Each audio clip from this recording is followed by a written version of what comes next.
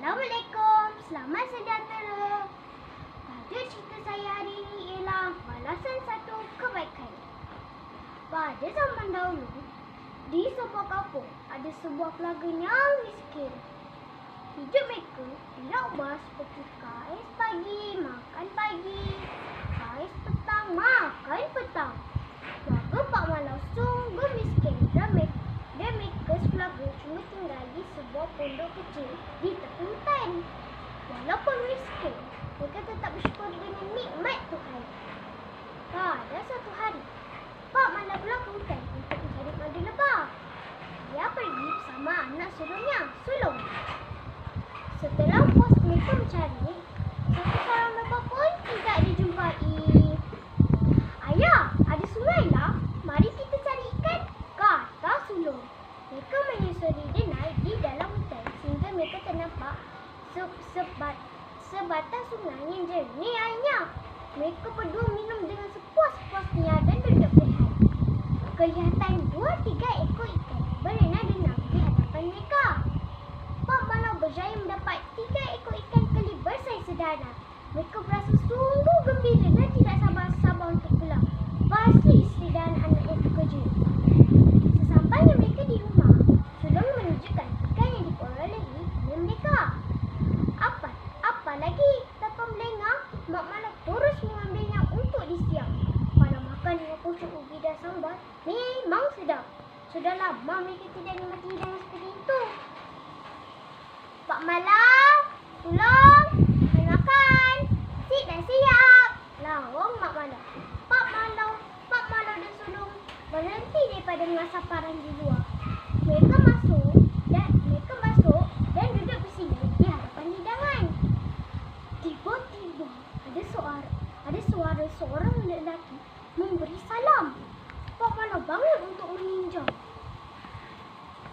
Pak Malau memberi salam. Di pintu rumahnya ada seorang tua berpakaian serba putih, berjanggut. Dia memegang sepasang tongkat. Pak Malau kehairanan. Dia tidak pernah nampak orang tua itu di kampung mereka. Mungkin orang luar. Bisik hati Pak Malau. Apa hajat tuan? Kata Pak Malau dengan sopan. Hamba sebenarnya sudah 2 hari tidak makan. Hamba berasa sangat lapar. Kata orang tua itu. Kasihannya. Marilah naik dulu. Pak Malau mempelawak. Orang tua itu pun naik ke atas rumah. Anak-anak dan isteri Pak Malau masih mengelilingi hidangan. Mereka belum menyentuh nasi. Marilah makan bersama kami. Lauknya cumalah kadar saja. Takkannya termampu. Silakan, kata Pak Malau kepada orang tua itu. Dia memberi isyarat kepada isteri dan 5 anaknya supaya bangun dan beri laluan kepada orang tua itu. Mereka pun bangun lalu masuk ke dalam bilik. Orang tua itu duduk. Pak Malau menyenduk nasi ke dalam pinggan tetamunya. Kamu tak makan sama? Tanya orang tua itu.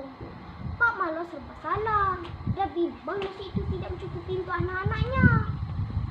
Yang lain, tetapi kerana tidak mahu mengecilkan hati tetamunya, dia pun menyenduk nasi sedikit ke dalam pinggangnya sendiri.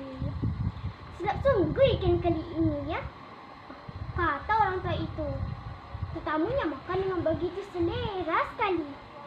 Pak Malau langsung tidak sampai hati untuk menyentuh ikan keli.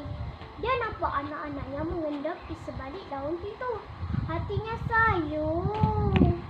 Setelah kenyang, orang tua itu membasuh tangan dan duduk bersandar di dinding rumah. Pak Malau duduk di tepinya. Sebenarnya, tuan ini datang dari mana? Hamba seorang pengamarah. Berjalan satu tempat ke satu tempat yang lain. Ikut arah kaki berjalan, kata orang tua itu. Kalau begitu, memalam sahaja di sini. Untuk malam ini, pelawak Pak Malau. Tidak mengapalah, hamba sudah banyak menyusahkan tuan hamba. Tidak mengapalah, hamba sudah banyak menyusahkan tuan hamba, kata orang tua itu. Lagi, apa yang susah? Kita ni hidup kenalah saling tolong menolong. Lagipun dekat utara banyak binatang buas. Tahu Pak Malau. Baiklah kalau begitu. Hanya Tuhan saja yang boleh membalas budi baik Tuan hamba. Kata orang tak itu, malam itu sungguh dingin dan tenang. Mereka sepelaga tidur dengan nyenyak sekali. Tiada seekor nyamuk pun yang hinggap. Tidak seperti selalu. Tetamunya tidur di anjung rumah bersama Pak Malau dan Sulung. Pada keesokan paginya, mereka mendapati tamu mereka tiada di tempat pembaringan. Pak Malau tercari-cari orang tak itu di luar, tapi tidak berjumpa. Yang ada cuma sebungkus pakaian yang ditinggalkan. Pak Malau membuka bungkusan itu. Alangkah terkejutnya Pak Malau melihat beratus-ratus keping wang emas. Pak Malau membungkusnya semula dan letakkan di tepi. Dia sepelaga tunggu orang tua itu kembali. Tapi sayangnya orang tua itu tidak kembali. Pada malam itu, Pak Malau bermimpi. Dalam mimpinya, orang tua itu memberitahu bungkusan itu adalah hadiah daripadanya untuk Pak Malau sepelaga. Pak Malau terkejut dari mimpi tidurnya. Pak Malau memberitahu akan mimpinya kepada istrinya. Kehidupan keluarga Pak Malau berubah menjadi kaya raya. Tetapi mereka masih merendah diri seperti dulu. Mereka selalu menolong orang yang berada dalam kesusahan tanpa mengira darjat atau dan pangkat. Begitulah kisah Pak Malau, sekeluarga dan lelaki tua. Setiap pertolongan ada balasan kebaikan. Kawan-kawan, kita hendaklah membantu pada mereka dalam kesusahan. Sekian, terima kasih.